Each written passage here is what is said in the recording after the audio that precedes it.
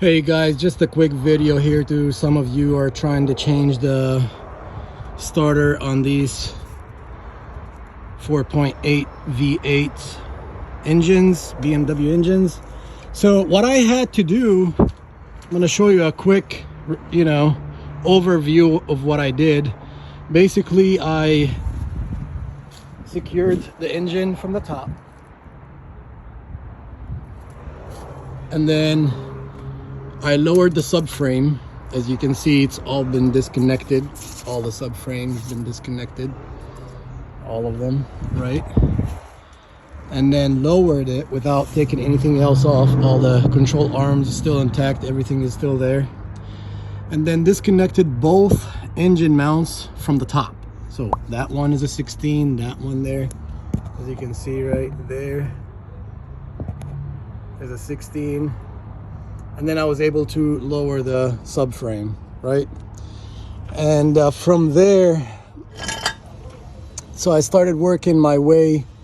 I mean, taking off the starter itself, like the bolts from down here, it was a piece of cake. It was no problem at all. And then if you can't get the E-torque to grip on it, you can also, like, there's a trick where you can use a 10 like this, and it fits just perfect right in here, like a 10 millimeter right there, and it fits right on it. It needs to have these threads. So I got the top one and the bottom one out, no problem.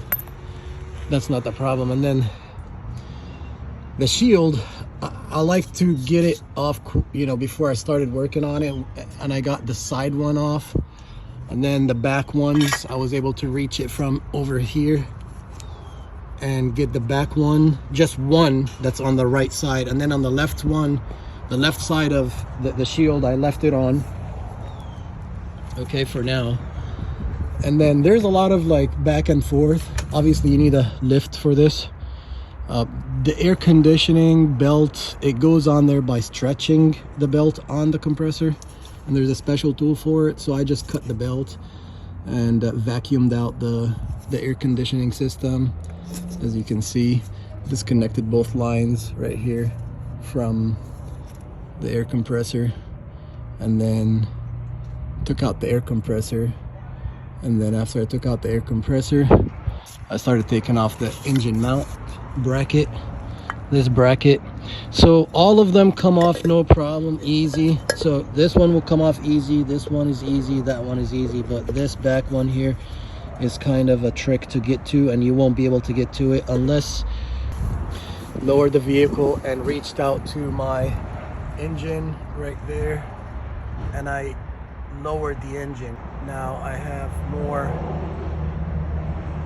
play. So yeah, this was lifting the engine a lot higher, but what I did is I basically lowered the engine.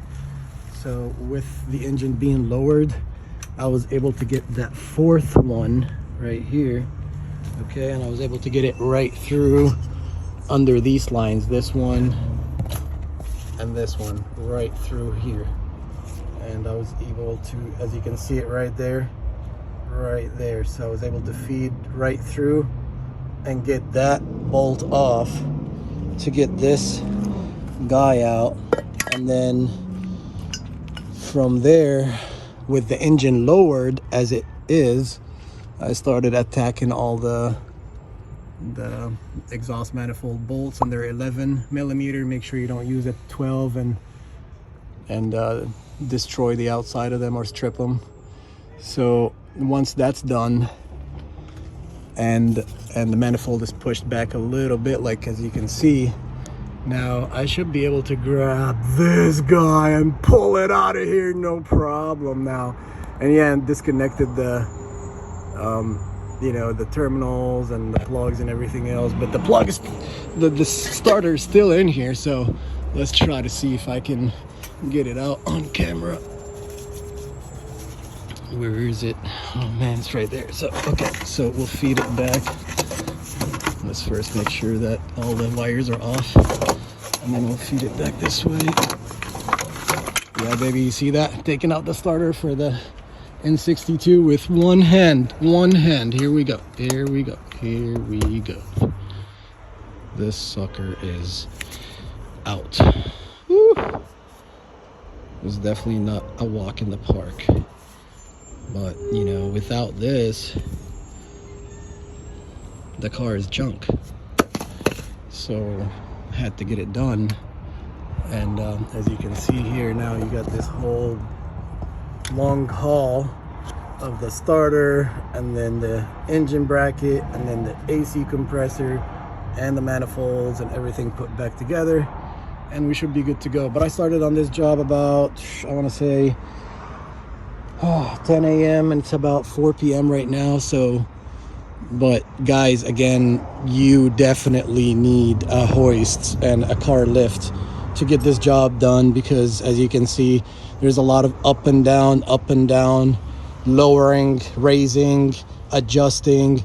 So, you know, you won't be able to do this on the floor as much as, I mean, if you have to do it, you have to do it, you know, because I heard it's like $1,000 job.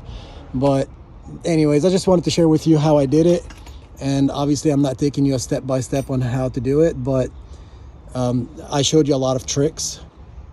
Again, you know, lowering the engine from the top a little bit, about 4 or 5 inches is a huge help. Also, the getting the engine mount from right about the bracket of it right about here and attacking it and taking the whole all the 4 bolts off is a huge hack. And now you got access to basically take out the starter with one hand. And here comes the new starter.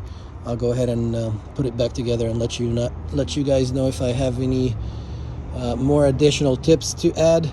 But please leave a comment of what your thoughts are and what your experience is and what you've gone through to try to get this out. And I hope I was able to help some of you guys, but it's pretty straightforward if you have the right tools. So let me put it that way. So anyways, thank you for watching. Okay, so as you can see, I put back a lot of the stuff. So just wanted to give you a little bit more of a look of how things are afterwards. So let me see here if I can fit my screen in here. There we go.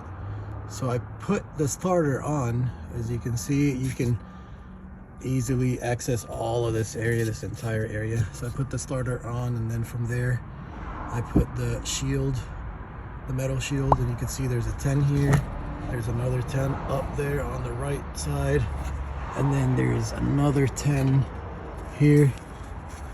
Where is it at? Oh, right about right there, this one. And obviously the plug. One tip: make sure that when you're putting the ground, the main wire on the starter, you know, like, let me see if I can get it, that one over there. Yeah, when you're putting it on, make sure that it feeds from behind the starter, so it's coming out this way. Okay, so let me show you. Where's the starter?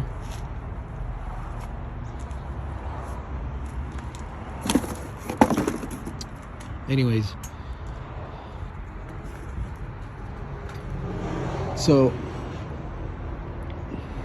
okay, and now after I put the starter back on along with the shield, I started putting back the engine mount bracket.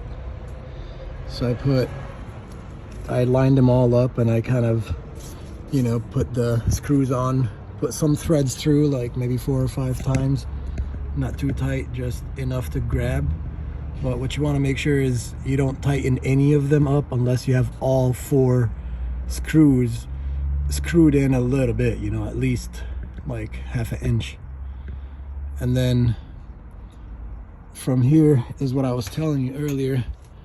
I went ahead and right through this way, I put that one. It's on right there, you see it? It's easy accessed right from this angle.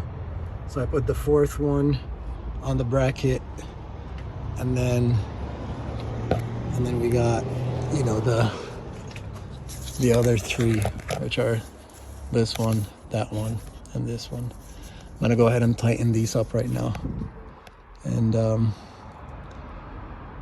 then after that we'll be feeding the AC, actually putting the manifold, the exhaust manifold back together.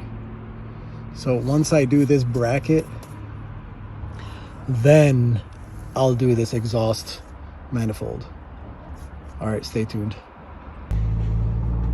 Okay guys, so back to update you on the tricks and all the useful tips.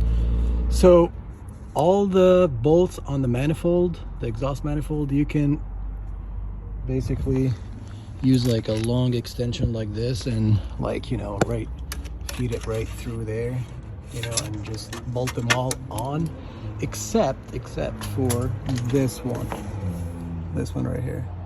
So this one, you gotta get it with a regular 11 before you tighten everything up. You get this one here first, and then the rest should be able to just hit it with the sockets. But this one, you won't be able to fit a socket and won't be able to fit an extension through.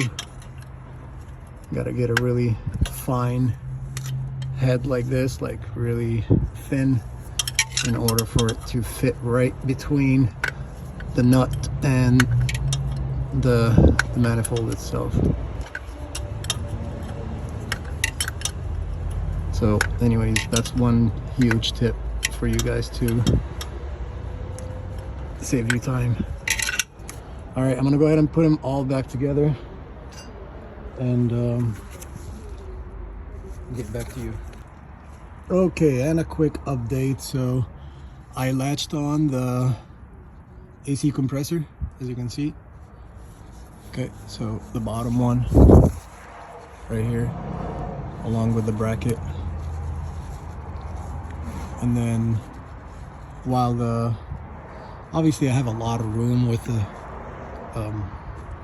what do you call it, subframe lowered. I have a lot of room, and then I also lowered the engine, so I really have a lot of room to work with. So I'm gonna go ahead and get the AC compressor bolts from right here, so easy to reach and access it. And then I'm gonna go ahead and get the lines, since I lowered the engine, everything is so accessible, and button it all up, and then pull the engine back up and put the subframe together. I'm not going to do the belt because I don't have the tool for it today, but I'm gonna go ahead and order the tool, and then I can do the belt tomorrow after I vacuum out the system and recharge it, or we basically have to install it first and then do that. So yeah, but the engine mounts seem to be in pretty good shape. Everything else is in pretty good shape so far. Nothing broke so far. Everything is going as planned, and I'm gonna be power washing the engine to bring it all back to, you know, clean condition, and do the oil change, and then also do a transmission pan filter and fluid. I'll also do front struts. I'm doing 2 front struts, and then after the 2 front struts, we'll be doing the